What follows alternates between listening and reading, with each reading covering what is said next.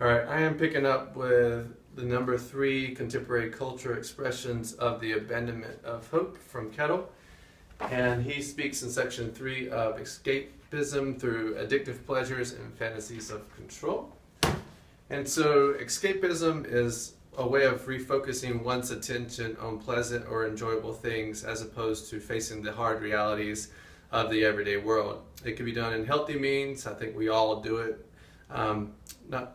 But healthy means can get completely depressed by reality or extreme forms. It can result in obsessive behaviors that make people completely ignore the reality to their detriment.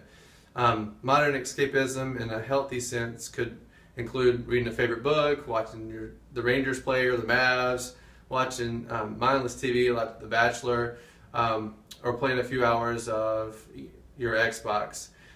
There's little harm for the occasional escape. Like I said, I think we all do it from time to time. Kettle argues that escapism could ultimately lead to be an addictive behavior. For example, current studies are now focusing on emerging condition of the internet addiction. How many hours do people spend on Facebook or Twitter? If you walk by a table of kids at any restaurant, you'll see them all on their phones. It's just a way of escapism and some type of voyeurism.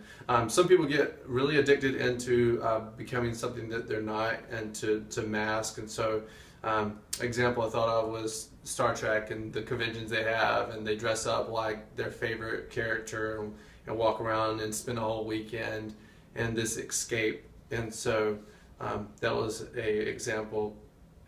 Some normal activities like eating, sleeping, sexual activity can be escapism. They can mask frustration, and you find people who are sleeping over half a day to the point they can't pursue a normal life. That's definitely escapism. It's not too difficult to understand why we all go through to escapism because of the stresses of life. And just the world we're around, the jobs we live. When it runs rampant, it prevents us from living the world that we're truly to be engaged in. It can lead to addiction, breakdown of relationships, and ability to actually survive in the real world. So that's the escapism part.